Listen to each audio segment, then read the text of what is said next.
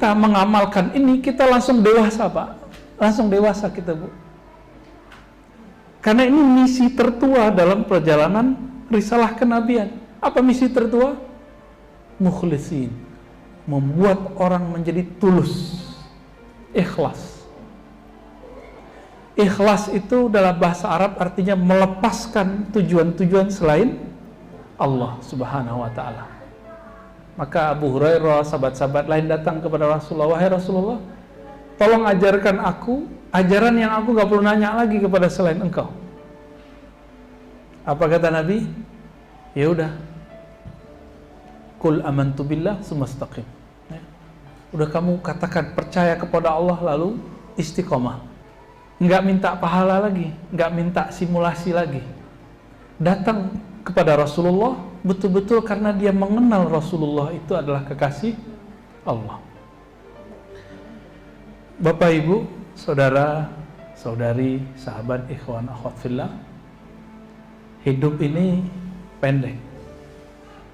Coba lihat anak kita, adik kita masih kecil, ya nanti dia gede. Bapak dulu pernah kecil nggak, Pak? Serius? Jangan-jangan jatuh dari langit udah begini nih. Ya, ibu yang udah di atas umur 40 dulu pernah kecil nggak? Sekarang masih ngerasa gadis nggak? Jadi rasa itu nggak berubah, padahal wajah sudah berubah. Benar, Pak, ya? Gigi sudah mulai rontok, ya? Ketarik sama bumi. Emang begitu. Ini pernah gede? Gimana kebalik ya? Pernah kecil nggak? Ente pernah kecil nggak? Kecil terus. Dia mau kecil terus. Mau dibelai terus. Nggak mungkin. Jadi kita itu memandang yang lalu itu sekejap selesai. Begitulah dunia, lahzah. Sampai ada lagu nasyidnya orang Mesir, ya, lahzah. Ya. Betul-betul sekejap saja. Maka corona ini nanti akan terasa sekejap juga. Sebentar sekali. Maka jangan serius-serius amat hidup di dunia, gitu, ya. Jangan terlalu hidup susah, biasa aja, ya. Masuk pergerakan ini jangan terlalu serius. Kita serius itu bertuhan kepada Allah, baru serius. Kalau urusan dunia nggak usah serius. Dunia bahasa Arab artinya rendah. Ada murid imam pengarang hikam datang ke gurunya, Imam Ibnu Athaillah, pengarang hikam ini, mengeluhkan, kok kalau berdakwah begini ya, ada aja halangannya. Di majelis, di mana, sama, sampai hari ini itu terjadi, cuma beda fisik aja, orang-orangnya beda, tapi kejadiannya sama. Ada orang yang berdakwah pengen fulus, ada yang cari mampus, pengen mati syahid maksudnya. Ada yang karena hal-hal, dan itu ada terus. Ada yang karena ingin dapat sesuatu, dari dulu ada.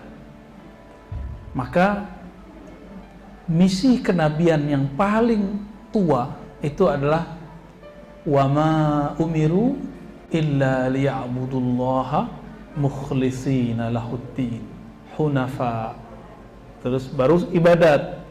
Jadi misi pertama itu urusan kolbu. Tidaklah mereka, orang-orang terdahulu ahli kitab, diperintahkan kecuali satu hal yang paling inti di dalam kolbu. Apa itu? Mukhlishina lahuddin. Mereka tulus. Nah, saya mau tanya nih, yang di depan saya ini tulus gak nih?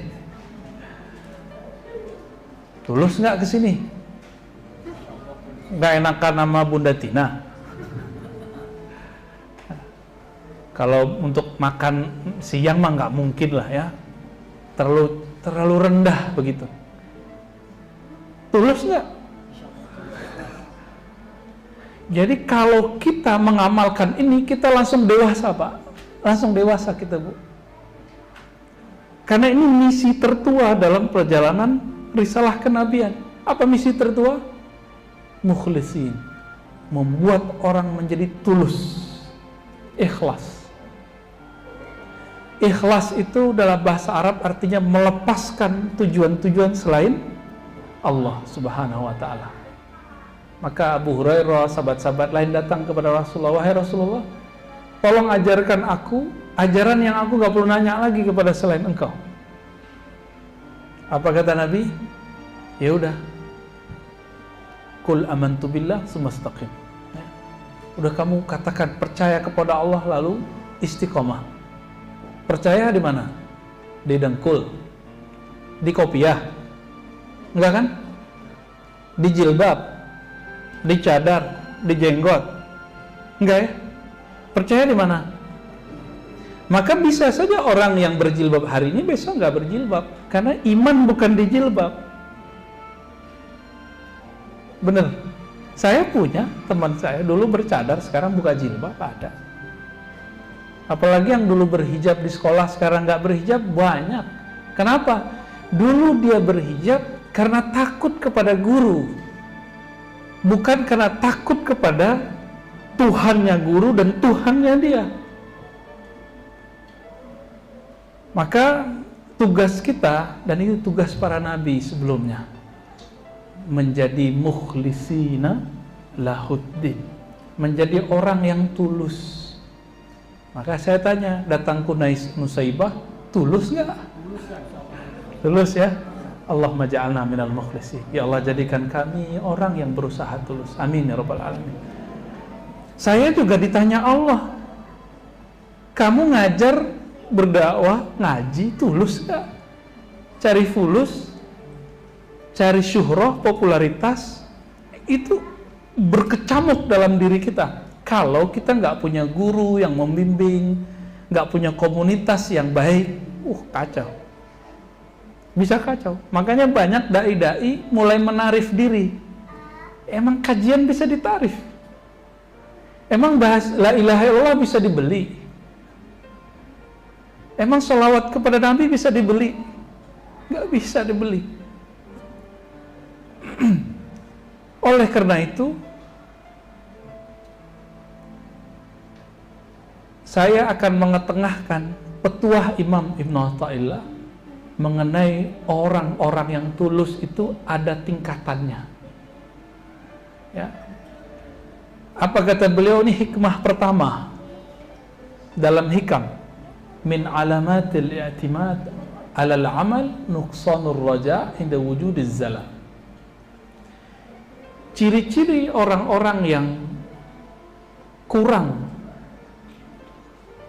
harapnya kepada Allah, kurang tulus kepada Allah, nuqsanur raja' inda wujudiz zalal.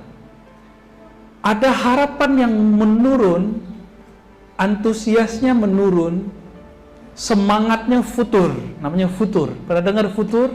Futur itu mulai jatuh.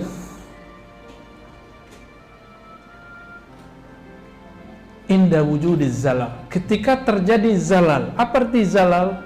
Zalal ini bisa diartikan zillah, tergelincir, terjebak maksiat, keliru.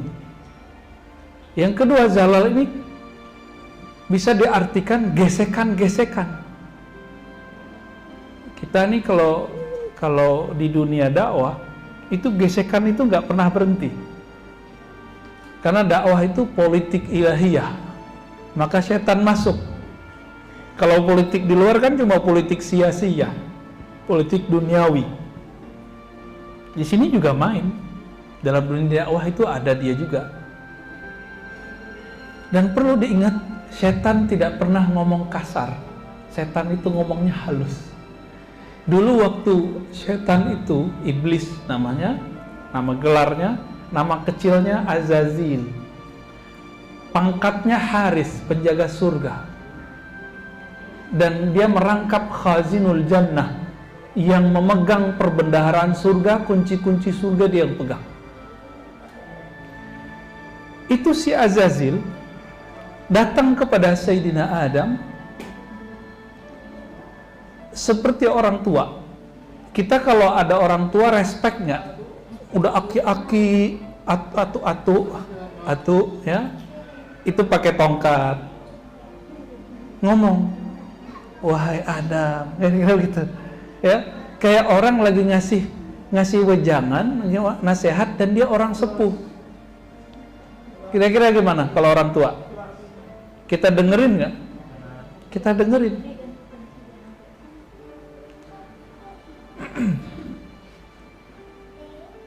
Apa kata Azazil? Sungguh aku, ya dia bersumpah dulu, wa qasamahuma. Dia bersumpah kepada Adam dan Hawa bahwa dia adalah orang-orang yang nasihin. Nasihin bahasa Arabnya, kalau mukhlisin kepada Allah. Kalau nasihin lebih umum, bisa kepada Allah, bisa kepada imam, kepada rasul, kepada kitab, bisa kepada umat. Apa arti nasihin?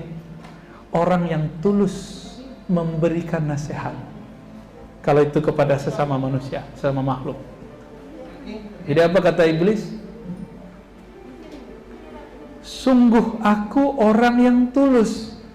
Jadi yang membuat kakek kita keluar dari surga itu Adam nggak pernah dibentak sama iblis. Iblis ngomongnya baik-baik, pakai dalil, wa qasamahuma. Dia bersumpah, itu dalil itu. Jadi hati-hati dalam pergerakan dakwah. Bisa saja ada yang dipinjam lidahnya oleh setan, oleh iblis, ngomong pakai dalil tapi habis itu orang pecah. Ini ciri-cirinya. Ngomong pakai dalil, habis itu A sama B perang. Pernah begitu gak? Sering ya. Pakai dalil, sebut Allah, sebut Rasulullah, tentara Allah, tentara Rasulullah, habis itu ngapain? Orang kemudian berantem. Ini ciri-ciri iblis minjam lisannya. Jadi lebih berbahaya orang kesurupan setan daripada kesurupan jin. Kesurupan setan, dalil-dalil Quran dipakai. Kayak orang tua, kayak udah punya pengalaman jauh, nasihatin orang, habis itu orang pada kacau. Ada seorang ibu-ibu hidup bahagia, ibu-ibu muda, ketemu dengan temannya yang juga masih muda. Cuma temannya pakai mobil yang bagus, dia pakai motor butut. Padahal hidupnya bahagia sama suaminya. Mereka makan bareng lah satu siang di suatu kafe, ngobrol. Gak lama gak ketemu ya, cipika-cipiki segala macam. Akhirnya ngobrol. Dilihat, lo hidup gini-gini aja. Gitu. Kata si yang mobilnya bagus. Gue nih enak, setiap bulan dikasih duit jajan sama laki gue sekian. Si perempuan ini yang tadinya hidup bahagia, walaupun suaminya gajinya gak gede, dia bahagia. Mulai kemudian mikir, iya juga ya, suamiku payah. Itu lidah si perempuan yang tadi dipinjam oleh setan untuk merusak keluarga ini. Tahu nggak nama iblisnya siapa? Nama setannya? Dasin. Jadi setan itu ada namanya, ada KTP-nya. Namanya siapa? Dasin. Si Dasin ini kerjanya ngapain? Bikin orang di rumah tangga tengkar. Ini bunda-bunda nih kalau tengkar sama suami, itu Dasin tuh senyum-senyum dia, hehe, rasain lo gitu. Dipanas-panasin. Ih, lakimu belagu. Cari perhatian dong sama dia. Pura-pura inilah, nggak dikasih perhatian, ngambek. Senyum tuh iblis ya. Senyum si Dasin. Maka kalau masuk ke rumah, baca a'udzubillahi minasyaitonir rajim. A'udzubillahi minasyaitonir rajim min Dasim atau minasyaitonir rajim bi ismihi Dasim.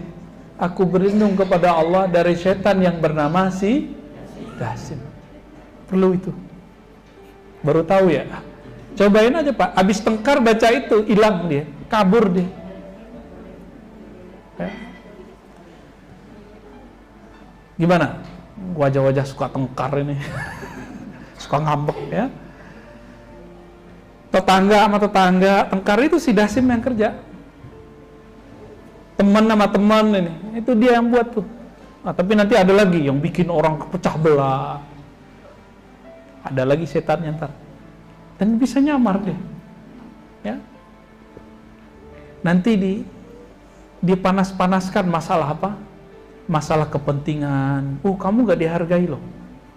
Oh, kamu gak dapat ini loh, gak dapat itu. Begitulah terus masuk, dan itu nyata.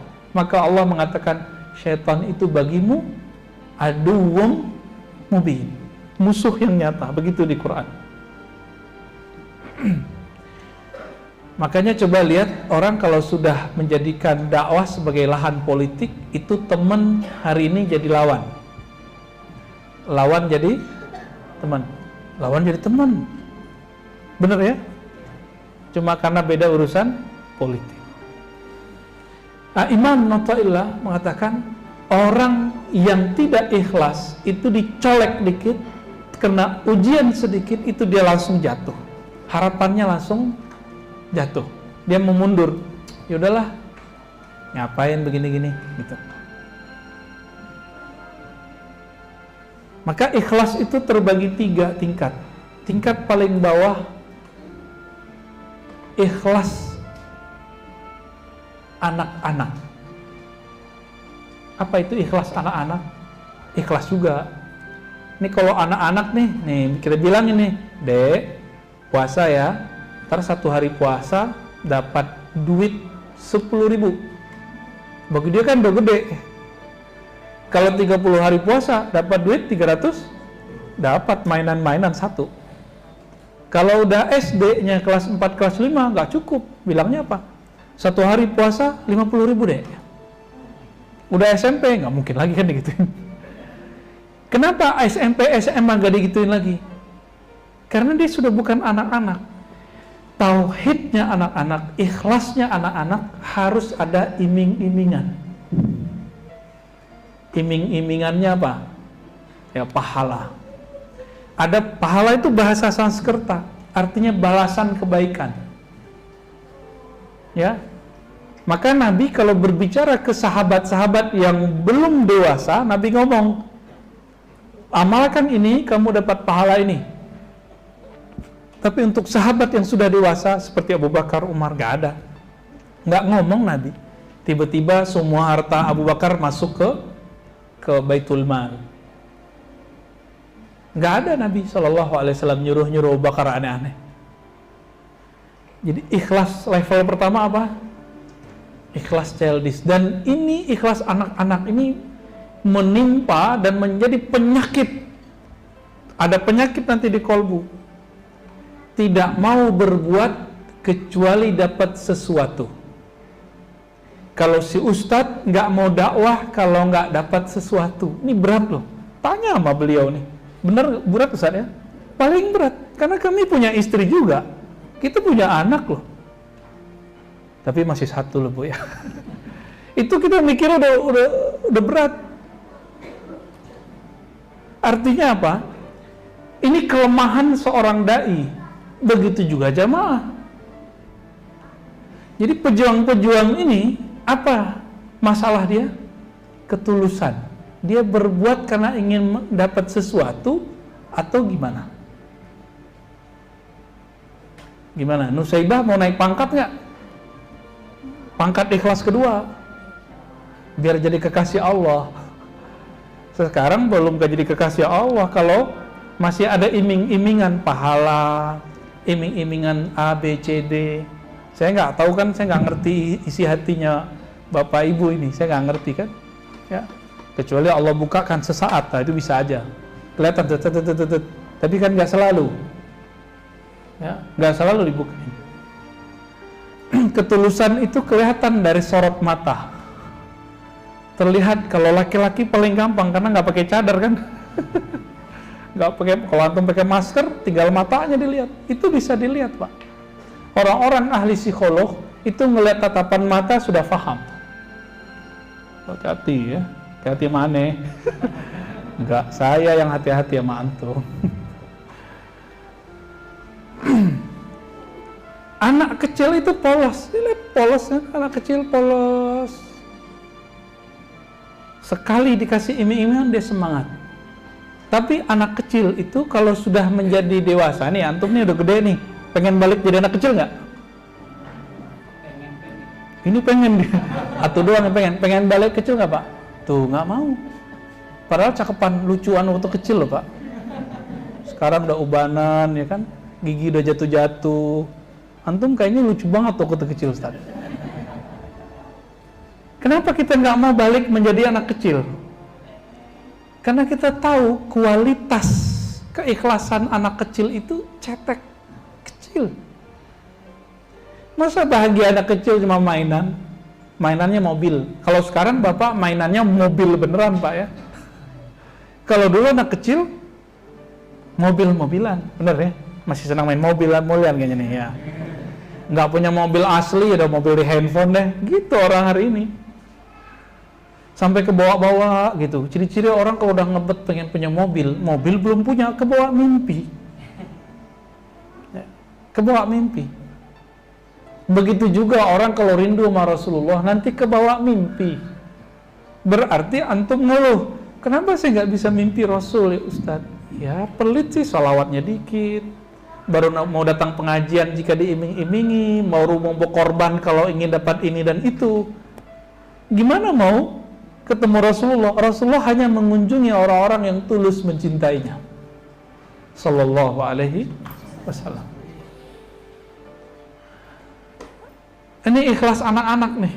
Ikhlas anak-anak ini mirip, agak naik dikit sama dengan ikhlas karyawan, pegawai kantoran.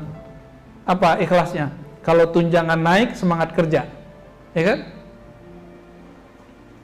Ada lemburan, semangat tuh. Jadi ada mental pegawai cinta dengan kerjaannya, nggak ada lemburan dia tetap kerja.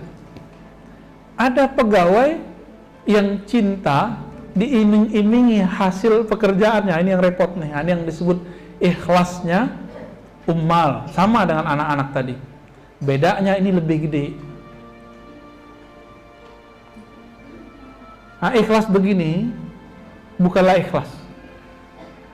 Ya, ikhlas ini bukanlah ikhlas. Masih di dalam ini ya. Jadi yang nomor pertama ini masih ada tiga. Yang ketiganya ikhlas ingin berharap kebahagiaan di akhirat, ingin pahala. Ini baru mulai bagus. Baru mulai loh ya, ini bukan puncak. Kenapa sholat duha? Pengen rezeki banyak atau pengen bangun istana di surga? Serius, dua-duanya berarti belum tulus. Belum tulus itu.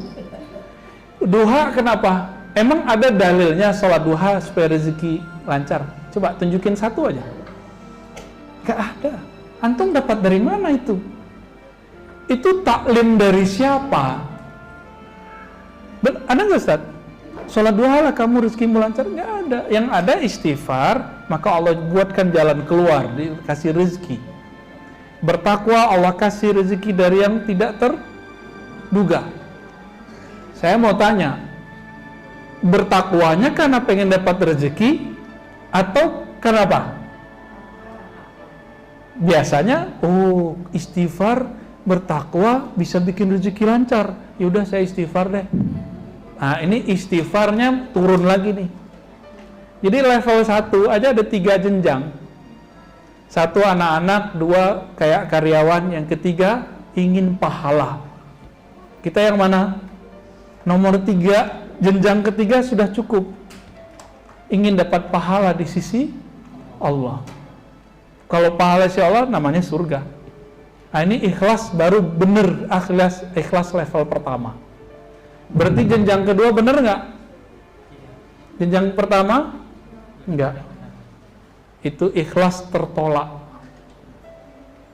Maka ikhlas yang kedua ini dan yang pertama itu yang paling banyak hari ini. Tahajud supaya sehat. Ya. Apalagi Pak? Sedekah biar dibalas Allah 700 di dunia. Tuh. Tarekat matre. Kapan kita memberi? Karena kita tulus membagikannya. Mau tanya nih ya, di Quran, apa kan? wa mimma razaqnahum yunfikun. Ciri orang bertakwa. Ini kan kita potong bagian belakangnya. Dan dari sebagian yang kami rezekikan kepada mereka, kami rezekikan kepada mereka. Ini kata kunci. Mereka infakkan. Ini disebut tauhid rizqiyah, bagian dari tauhid dari rububiyah, tapi bukan rububiyah versi yang satu lagi itu ya. Ya. Bahwa yang mengirim rezeki itu adalah Allah. Razaqnahum. Kami yang kirim rezeki buat mereka. Ini bunda-bunda nih, abang-abang ini duduk, ketika rezeki turun mungkin nggak ketuker. Yakin? Kenapa ada orang iri? Berarti dia nggak yakin. Yakin di mulut kan beda dengan di hati. Coba aja ntar di kantor beda tunjangan 500.000 itu bikin panas. Di kantor, saya kan pernah kantor juga. Ya, di kampus kalau yang berambisi pengen jadi pejabat ini pejabat itu bisa jadi panas. Kalau dalam dunia dakwah, popularitas dan tas. Popularitas dan itu paling berat. Tas sudah dapat nih, tahu tas nggak? Isinya tas ya fulus. Popularitas, dia udah enak nih, muncul orang baru, dia nggak terima. Dia maunya semua jamaah ke dia. Ini berat itu. Makanya hasadnya orang alim lebih berbahaya daripada 1000 hasadnya anak kecil. Anak kecil palingnya tengkar-tengkar doang. Iya, orang politikus paling gitu-gitu doang, tapi orang alim bawa ayat, bawa hadis, bawa kebenaran dan kebatilan, sunnah dan bid'ah. Ya, zindiq, ahlul haq, firqah najiyah. Itu kan gaya-gaya turunannya Azazil, nyihir kita. Kalimatnya benar, yuradu bihil batil, menginginkan kebatilan. Jadi minimal ikhlasnya yang tangga ketiga, jangan kedua. Kenapa hijrah? Pengen dapat pasangan yang soleh-solehah. Sama, itu mah bau syahwat. Kita semuanya punya syahwat kok. Cuma urusan ini jangan digabung-gabungin ke sono. Syahwat aja, setan aja. Ya. Hijrah aja. Makanya kalimatnya gimana di hadis pertama di Sahih Bukhari? Siapa yang hijrahnya karena Allah, kepada Allah dan Rasulullah, maka hijrahnya dinilai untuk Allah dan Rasul Allah. Siapa yang hijrahnya karena ingin dunia yang dia peroleh, tas dan popularitas. Yang kedua, jangan diterjemah perempuan, lawan jenis pasangan. Karena Nabi lagi ngomong sama laki-laki. Kalau ngomong perempuan kan maksudnya rajulin. Sama kok.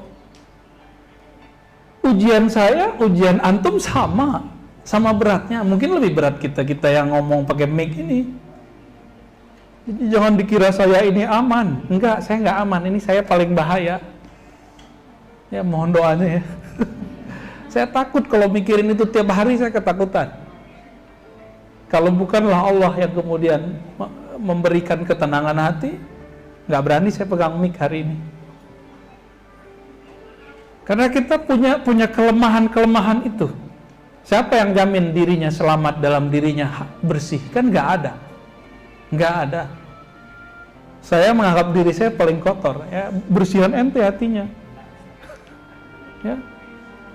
Saya merasakan itu, teman-teman yang melakukan Allah. Jadi ikhlas yang tangga ketiga minimal kita di situ. Beramal ingin dapat balasannya langsung dari Allah. Itu boleh. Mau naik kelasnya? Kan tadi masih satu kelas, tapi tangganya beda. Tangga kedua, orang beribadah cari sa'adah, kebahagiaan. kebahagiaan, ketenangan. Ini lumayan. Bahagia itu dari siapa? Dari Allah atau dari selain Allah? Kenapa kita dengar ada orang kaya, orang yang cakep, Korea kan cakep-cakep tuh, terus tiba-tiba beritanya bunuh diri.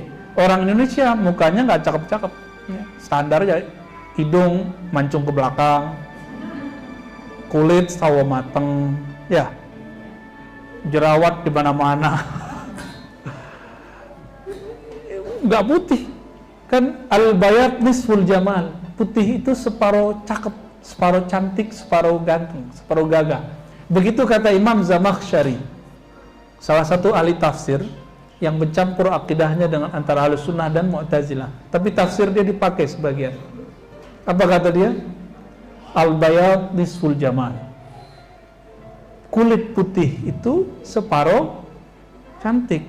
Kalau begitu, tapi beliau mengkritisi itu versi orang Arab, karena Imam Zamakhsyari bukan orang Arab, dia orang Persia. Orang Persia kulitnya putih merah semua, dia butuhnya sawo-sawo mateng kayak orang Indonesia.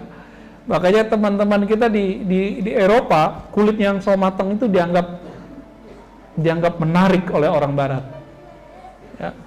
Walaupun wajahnya nggak mancung ke depan, mancung ke dalam.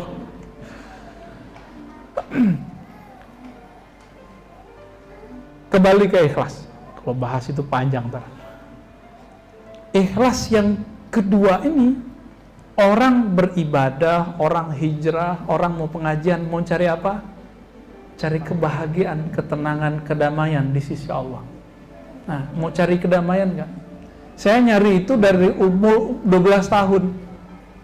Umur 10 tahun sempat ngerokok, saya pernah ngerokok dulu ya.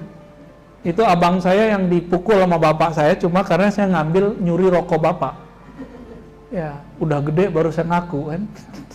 Waktu abang saya dipukul, saya nggak ngaku. Saya berutang sama abang saya itu. Merokok saya dulu. Pengen cari, kayaknya bahagia deh kalau ngerokoknya. Keren kan ngeliat orang ngerokok kan. Ternyata nggak ketemu. Udah habis berapa bungkus nggak? Habis itu ngumpul-ngumpul, jalan sini, tokor, Masya Allah. Dulu kan perang antar kampung sering, Pak, ya, zaman-zaman Bapak kan. Nah, sampai zaman saya masih. Pulang ngaji, ada arena khusus di sawah. Ya, kirim utusan dari kita, utusan dari kampung sono. Waktik, kita main sorak-sorak. Kalau kita tuh kena lawan, kita bahagia. Bahagianya kalau nyengsarain orang. Tapi hati saya selalu ngomong, kayaknya bukan ini yang aku cari. Umur 11 tahun. Sampai kemudian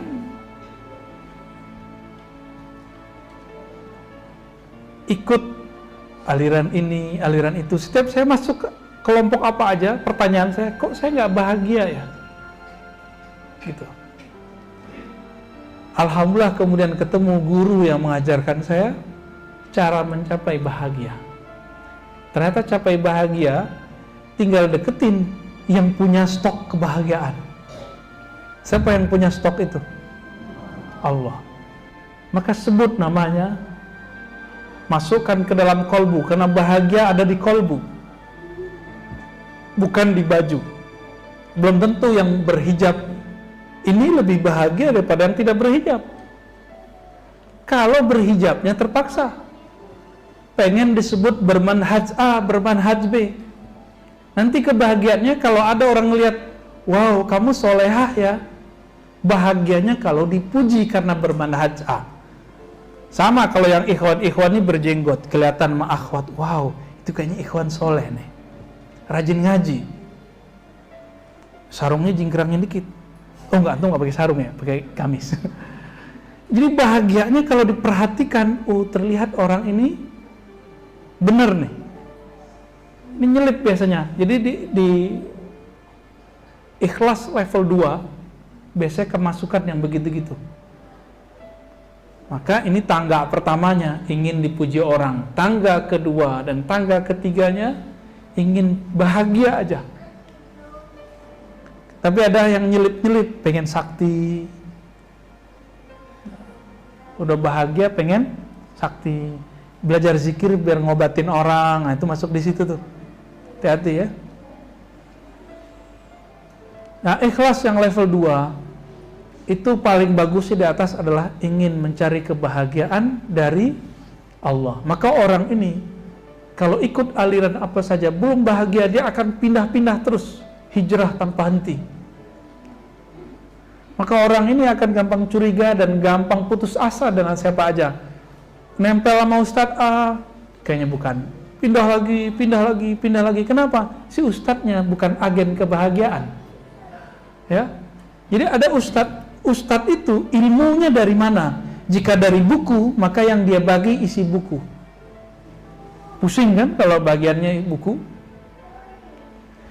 Kalau ilmu si Ustadznya dari akal, maka kita dibuat berpikir keras. Kalau ilmu si Ustadznya dari perasaan, kita jadi baperan.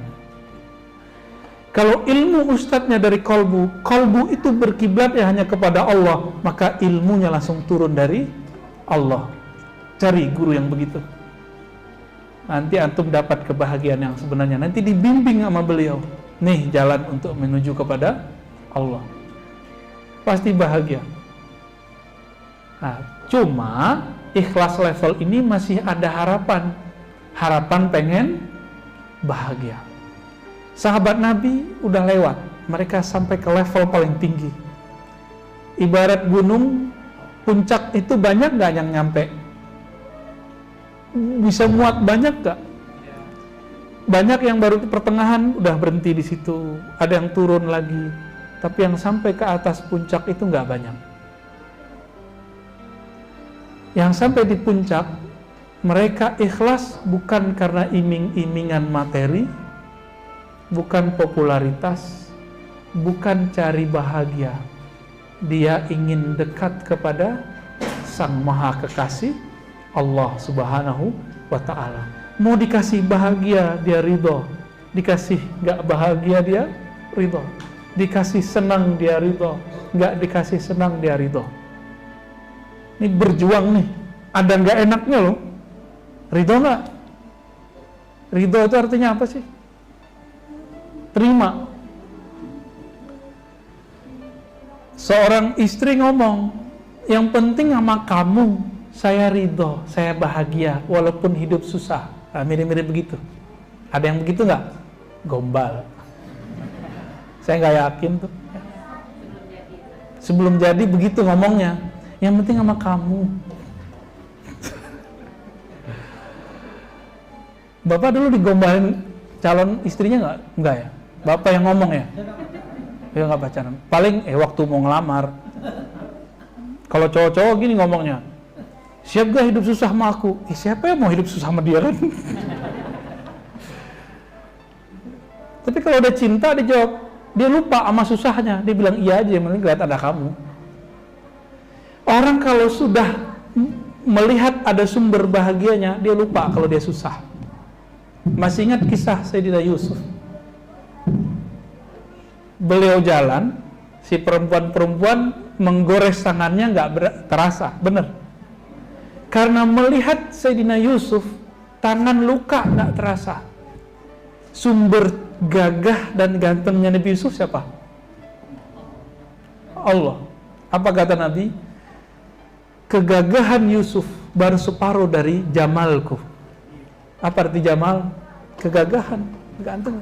Nggak ada apa-apanya muka kita yang jerawatan, kolong itu. Nggak ada. Ustaz ini ganteng nggak, Bu? Ganteng, enak lihatnya gini. Itu paling cuma 0,00000 sekian. Nabi Yusuf. Serius. Saya lagi di metro itu kereta cepat di Paris. Berdiri, pakai baju ala Paris, badan masih kokor, anak boxer. Ya, kita dakwah, tapi pas kalau di sana nggak bisa pakai baju koko, bisa kedinginan kita. Di dalamnya harus ada pakai. Saya sekali pakai baju yang agak ngepas, ya, biar nggak masuk angin. Di hadapan kita nggak jauh ada mbak-mbak Paris. 2 orang. Waktu itu saya kursus bahasa Prancis, ngerti lah dikit-dikit. Apa kata satu perempuan? Itu cowok Asia keren tuh katanya. Dulu. Yang satu itu bilang, nggak selera gua katanya. Mau kamu kasih tip nggak jelas katanya. Itu. Jadi wajah-wajah kita ini gagahnya pun tidak gagah, cakepnya pun tidak cakep. Sayyidina Yusuf kata Nabi, separuh dari cakepnya wajah Rasulullah Sallallahu Alaihi Wasallam. Itu perempuan ngelihatnya nggak merasakan sakit, bayangkan. Kalau orang ngelihat Rasulullah kira-kira gimana? Makanya Abu Bakar mengeluarkan semua hartanya, Umar juga begitu, Utsman juga begitu. Mereka nggak pernah merasa kekurangan. Nabi sampai heran, Nabi kaget. Abu Bakar, apa-apaan ini? Kenapa engkau mengeluarkan semua hartamu? Apa kata Abu Bakar? Aku tinggalkan di rumahku Allah dan Rasulullah. Jadi Nabi nanya, bekal kamu di rumah apa? Allah dan Rasulullah Sallallahu Alaihi Wasallam. Yakin begitu gimana caranya? Itu nomor 1 tadi. Dia tahu sumber bahagianya bukan harta tapi Rasulullah Sallallahu Alaihi Wasallam. Rasulullah itu kalau lagi pengen air diambil begini nggak berhenti keluar. Zrrr. Ada 3.000, 2.700 orang ya, di hadisnya ada 700, ada yang 1.000, ada yang 2.000, ada yang 7.000. Itu air ngalir dari sini semuanya. Itulah air paling mulia di dunia, bukan air Zam-Zam nomor 2. Air yang dari tangan Rasulullah Sallallahu Alaihi Wasallam. Jadi air habis. Apa kata Nabi? Kumpulkan air di satu baskom kecil. Udah beliau ambil sebagai syarat asbab. Diangkat, netesnya ada gak? Keluar guys. Itu kalau hari ini ada orang begitu, antum sembah-sembah kali ya. Sahabat udah kuat akidahnya bahwa ini bukan Tuhan, tapi Rasulullah Sallallahu Alaihi Wasallam. Karena mereka tahu sumber bahagianya Rasulullah, mereka korbankan hartanya untuk Rasulullah, waktunya untuk Rasulullah. Maka saya mau tanya, mau nggak berkorban untuk dakwah? Dakwah itu berkorbannya apa? Yang punya waktu, waktunya. Yang punya harta, hartanya. Yang punya nyawa, nyawanya. Siap nggak? Siap-siap mulu nih, kan bingung mau jawab nikahnya. Bun, siap nggak Bun? Ya, serius. Mau bersama Allah nggak? Mau. Tapi diajak berkorban nggak mau. Korban waktu dulu lah, kalau nggak mau korban fulus. Kiai-kiai itu bangun pesantren pakai duitnya dulu, baru jamaah yang ngasih. Itu kiai saya gaji lebih dari 17 tahun dari gajinya, gaji semua ustaz. Saya baru tahu ketika beliau pensiun mengatakan, saya sudah nggak punya uang gaji, tolong kalian kumpulin aja SPP, nggak usah banyak-banyak, yang penting bisa muter sekolah. Nangis kita. Kenapa? Ternyata kami digaji dari gaji beliau. Saya punya guru hadis begitu. Maka kami rata-rata yang dididik langsung oleh beliau itu mendapatkan keberkahan lahir batin. Paham cepat. Yang diajar itu aja, tapi pemahaman yang Allah beri itu lebih dari itu. Ini level apa yang atas. Berbuat untuk agama, beribadah untuk Allah, berjuang untuk dakwah, bukan karena iming-imingan pahala saja, bukan karena ingin dapat sesuatu, apalagi cuma pengen dapat nasi sebungkus. Saya nggak mungkin lah Bapak Ibu nih begitu kan, nggak mungkin ya. Terus pengen cari bahagia, ini udah lumayan. Saya pengen cari bahagia Ustaz, tapi kalau mau cari bahagia, ntar kalau nggak bahagia gimana?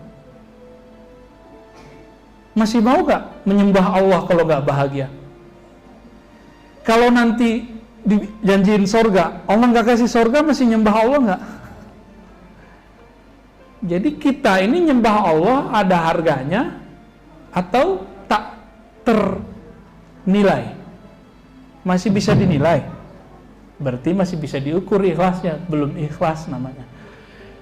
Maka saya mengajak diri saya sendiri, kita semua, ayo naik ikhlasnya itu bukan lagi karena ikhlas anak kecil, diiming-imingi. Ikhlas orang dewasa mencari bahagia, tapi ikhlasnya para kekasih Allah, karena Allah itu sendiri. Nah, terakhir saya tutup dengan kalam sederhana.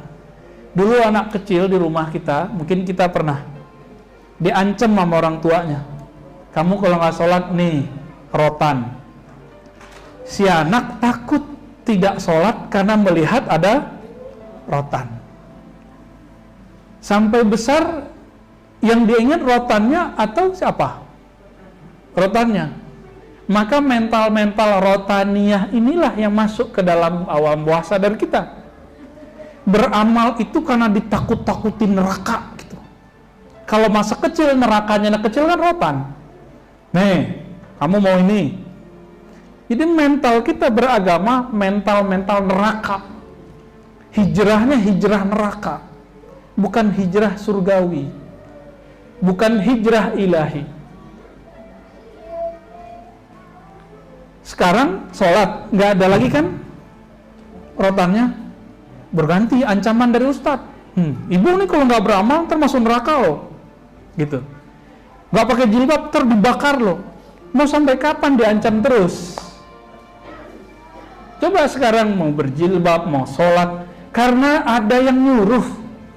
Yang nyuruh itu yang punya sorga, yang punya neraka. Udah naik belum pahamnya nih? Jadi niatkan, ya Allah, saya ngajar, saya belajar, saya berhijab, saya beribadah karena saya berharap kepada pemilik sorga, bukan sorganya aja. Karena saya takut kepada pemilik neraka, bukan kepada nerakanya. Faham di situ?